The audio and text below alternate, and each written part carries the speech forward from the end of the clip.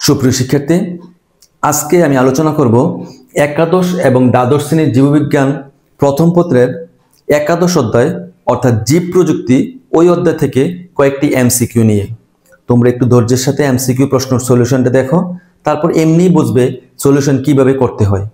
আসো দেখা যাক আমাদের প্রশ্নে দেখি। প্রশ্নটা একটু ভালো করে খেয়াল করো।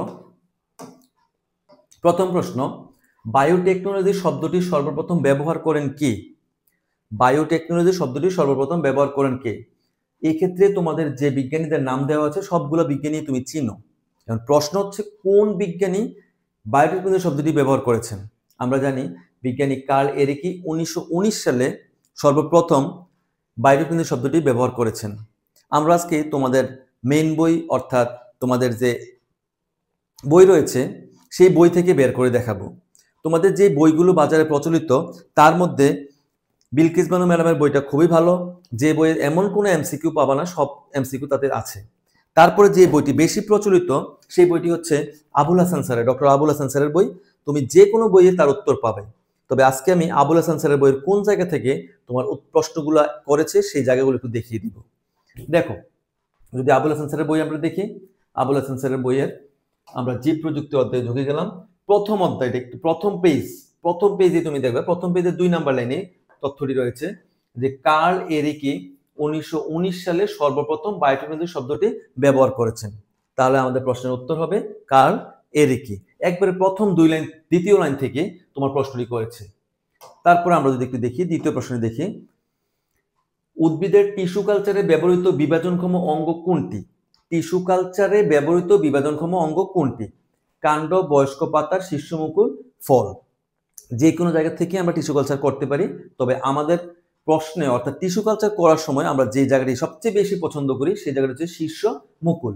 তাও তুমি যদি একটু উত্তরটা দেখতে চাও, আমরা যদি বইয়ে চলে যাই, বইয়ের উত্তরটি রয়েছে তোমার, একটু খেয়াল করো।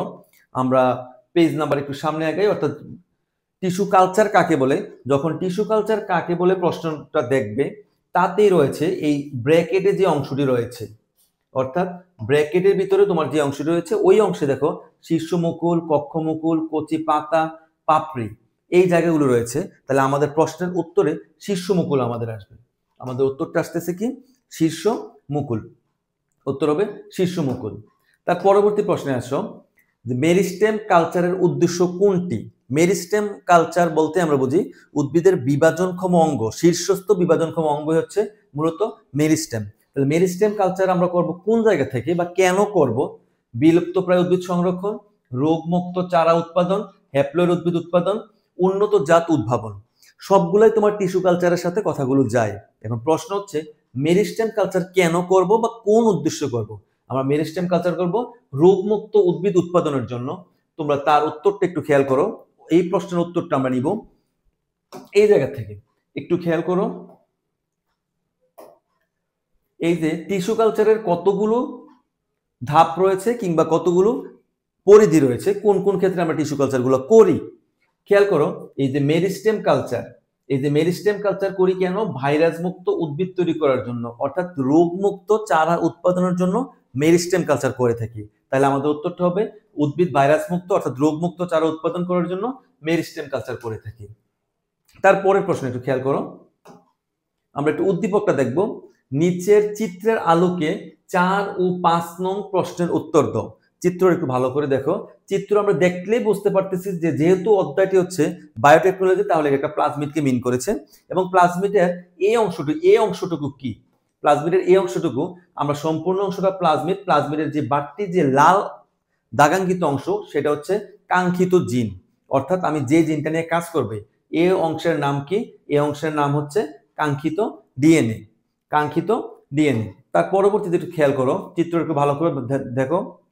এ হচ্ছে কাঙ্ক্ষিত ডিএনএ আর বি হচ্ছে প্লাজমিড।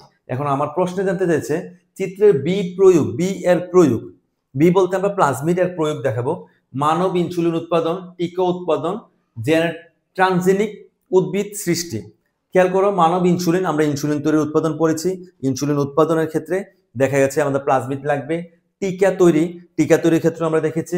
এবং ট্রান্সজেনিক উদ্ভিদ, কোনো উদ্ভিদের ভিতরে জিন যদি পরিবর্তন করি তখন ওই উদ্ভিদকে বলা হয় ট্রান্সজেনিক উদ্ভিদ। ট্রান্সজেনিক উদ্ভিদ তৈরিতে জিন পরিবর্তন করার শর্তে হচ্ছে তোমার প্লাজমিড তোমার লাগবে, প্লাজমিডের মাধ্যমে আমরা জিনকে ট্রান্সফার করি। সেক্ষেত্রে আমাদের উত্তর হবে এক। আচ্ছা, তার পরবর্তী প্রশ্নটি খেয়াল করো, সুপার রাইসে কোন ভিটামিন থাকে? আমরা সেই প্রশ্নের উত্তরটি সরাসরি বই থেকে একটু দেখব। সরাসরি বই যদি একটু দেখো, রিকম্বিনেন্ট ডিএনএ টেকনোলজির প্রয়োগের ক্ষেত্রে আমরা সুপার রাইসের কথা দেখব। সুপার রাইসটা হচ্ছে কোনটা? খেয়াল করো, সুপার রাইস। সুপার রাইস হচ্ছে ভিটামিন এ এর অভাব দূর করার জন্য যে ধানটি তৈরি করা হয়েছে তাকে গোল্ডেন রাইস কিংবা সুপার রাইস বলা হয়।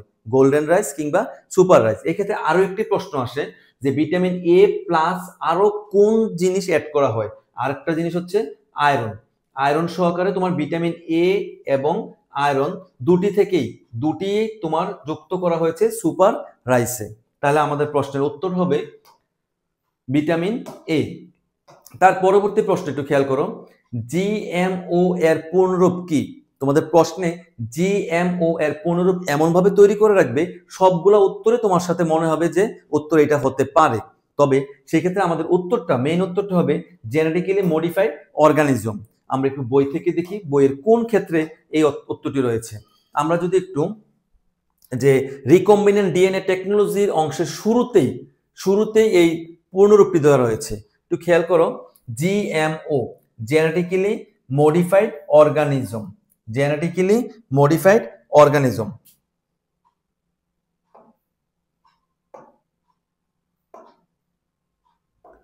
জিএমওর পূর্ণরূপ হচ্ছে জেনেটিক্যালি মডিফাইড অর্গানিজম। সো এই প্রশ্নটা একটু ক্রিটিক্যাল কেন? কারণ তোমার প্রশ্নে এমনভাবে উত্তরগুলো সাজিয়ে রাখবে যে তোমার সবগুলো উত্তরই মনে হবে যে ঠিক রয়েছে। পরবর্তী প্রশ্ন একটু খেয়াল করি, জিনোম সিকোয়েন্সিং এর প্রয়োগ কোন কোন ক্ষেত্রে হয়? অর্থাৎ অপরাধী শনাক্তকরণ, শ্রেণীবিন্যাসের স্তর নির্ধারণ, ডেঙ্গু মশা নিয়ন্ত্রণ। প্রশ্নটির প্রথম দুটি অংশ তোমার কাছে খুব সহজেই মনে হবে যে উত্তর দুটা ঠিক, কিন্তু পরবর্তী অংশ ডেঙ্গু মশা নিয়ন্ত্রণের সাথে কি রিকম্বিনেন্ট ডিএনএ কিংবা জিনোম সিকোয়েন্সিং যায় কি না একটু খেয়াল করো। আমরা একটু বইয়ে দেখি। বইয়ের আমরা জিনোম সিকোয়েন্সিং এর প্রয়োগ যখন দেখব, জিনোম সিকোয়েন্সিং এর প্রয়োগে সর্বশেষ দিকে কিছু উদাহরণ দেওয়া আছে, যে উদাহরণ থেকে আমরা উত্তরগুলো নিতে পারবো। জিনোম সিকোয়েন্সিং এর প্রয়োগের ক্ষেত্রে আমরা যদি দেখি অপরাধী শনাক্তকরণ, পিতৃত্ব নির্ধারণ, স্বজন নির্ধারণ, শ্রেণীবিন্যাসের স্তর নির্ধারণ, শ্রেণীবিন্যাস প্রক্রিয়ার বৈশিষ্ট্যের মিল নির্ধারণ, কিন্তু তাতে কিছু উদাহরণ দেওয়া আছে। উদাহরণের সর্বশেষ উদাহরণটা একটু খেয়াল করো, 13 নম্বরের যে উদাহরণ, ডেঙ্গু মশা নিয়ন্ত্রণ। ডেঙ্গু মশা নিয়ন্ত্রণও জিনোম সিকোয়েন্সিং এর কোন একটি প্রয়োগ। সো আমাদের প্রশ্নের উত্তর হিসেবে আমরা নিব তিনটি, অর্থাৎ উপরের সবগুলাই, অর্থাৎ অপরাধী শনাক্তকরণ, শ্রেণীবিন্যাসের স্তর নির্ধারণ, ডেঙ্গু মশা নিয়ন্ত্রণ। পরবর্তী প্রশ্নটি খেয়াল করো, উদ্দীপক রিলেটেড। উদ্দীপকটি পড়ো এবং 9 ও 10 নং প্রশ্নের উত্তর দাও।